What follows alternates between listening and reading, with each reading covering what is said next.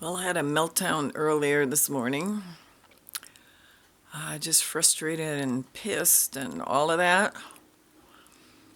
Although I think that it's best to be neutral. Um, I'm noticing more and more how this body that I'm stuck in is just so hooked into this reality. It responds to everything. It's like it's got tentacles that are always searching for stimulus. So, every shape, every color, every sensation, the wind on your face, the temperature, sounds, music, everything impacts the body. And of course, the meaning of words and all of that. It's just, it just, the system is constantly, constantly, constantly on and responding. And I'm getting really tired of it.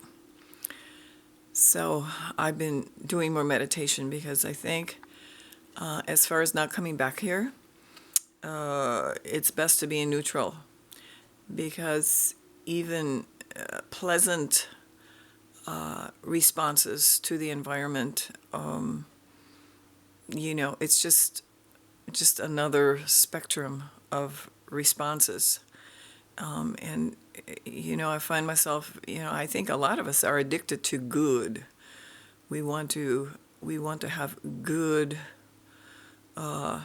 pleasant experiences, and there's nothing wrong with that. I just don't want to be addicted to them, because whether it's pleasant or unpleasant, I think it seems to me that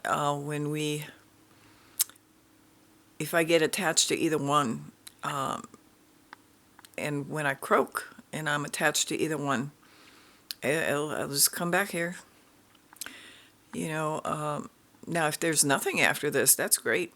That's fine with me. I wouldn't make any difference. But if there is, I sure don't want to be called back here by my own attachments. And if you think you're going to heaven, hey, that's fine. I mean, I can't argue with that. Maybe that's the truth. Who knows? We just don't know. We just don't know. We've been left in the dark about our origins, about everything. The thing with me is the reincarnation nonsense. That scenario just resonates with me more than I'm going to heaven or wherever we're going. So I figure if there is a God who runs everything, should have left better instructions. Should have left better clear. Be clear. Don't leave us with some channeled stuff. The Bible was channeled. They had dreams. They heard voices. It's all channeled stuff. That has to be interpreted and translated, and yeah. So if that really were to matter, should have left us better instructions, better directions. So I pretty much think we're on our own. We're on our own. We've been manipulated and lied to for a gajillion years. And I think those of us who understand that have a really good chance of not having to come back here. So, I don't know. I have lately, unless I get these breakthrough meltdowns of frustration, I kind of feel in limbo. I don't seem to care about anything very much anymore. I care about the people around me, my family, my grandnephews. I love them to death. But and it's interesting, to love somebody deeply and yet not be attached. So that's part of the the what I'm practicing is love everyone really well, but not be attached. There was a story of a spiritual guru kind of guy, I think in India, who had adopted a little boy from, was an orphan, I think. And when the guru man was ready to transition, the child was like 9 years old. And he asked his disciples not to bring him in. He didn't want anybody around him who would like call him back.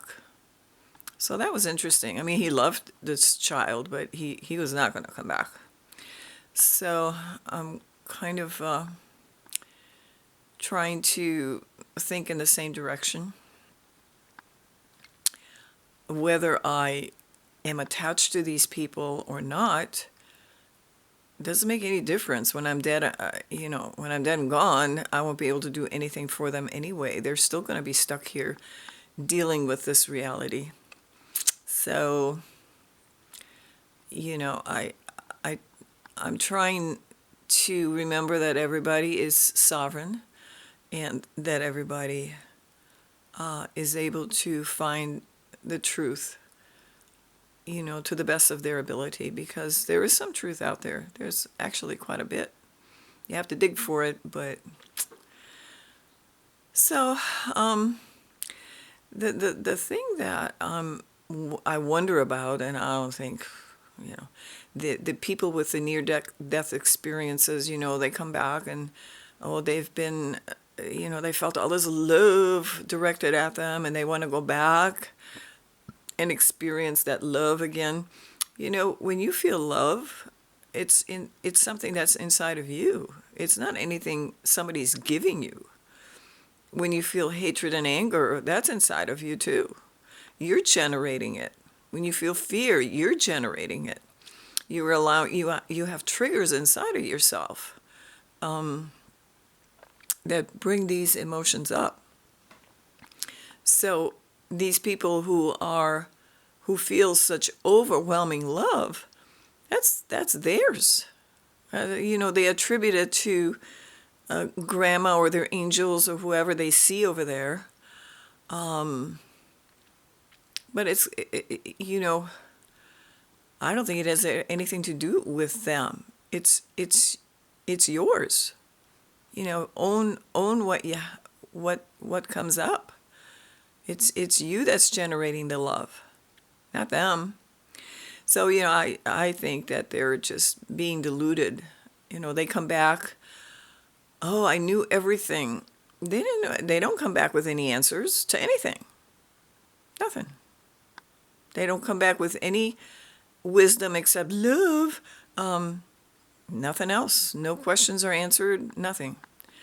So these people, I know they feel good about it, and they had a really overwhelming experience, but to attribute that to the beings that they, were exposed to, I think they're on the wrong path there. What I wonder is that once we drop the body, for one thing, I'm really working on not paying attention to anything on the outside. That's what meditation is. You don't pay attention to the outside. You pay attention to what's going on inside. So, and what I hear is that thoughts become reality really quickly over there, wherever over there is. And, I just wonder what sort of realities we'll be creating when our minds get going again, or our imagination or whatever. I just wonder, because, I can't really imagine anything that isn't here, that I've seen or experienced. I can maybe imagine it a little prettier. I could maybe imagine a clean sky without sky crap. But, I don't know, and the people and the animals. So that's kind of a question in my mind, is like, what are we going to create, when we transition? First of all, I want to I'm hoping that I'll be able to stay in neutral and get away from here, far away from here as fast as possible, and not pay any attention to any entity or grandma or whoever, because it's probably not grandma anyway.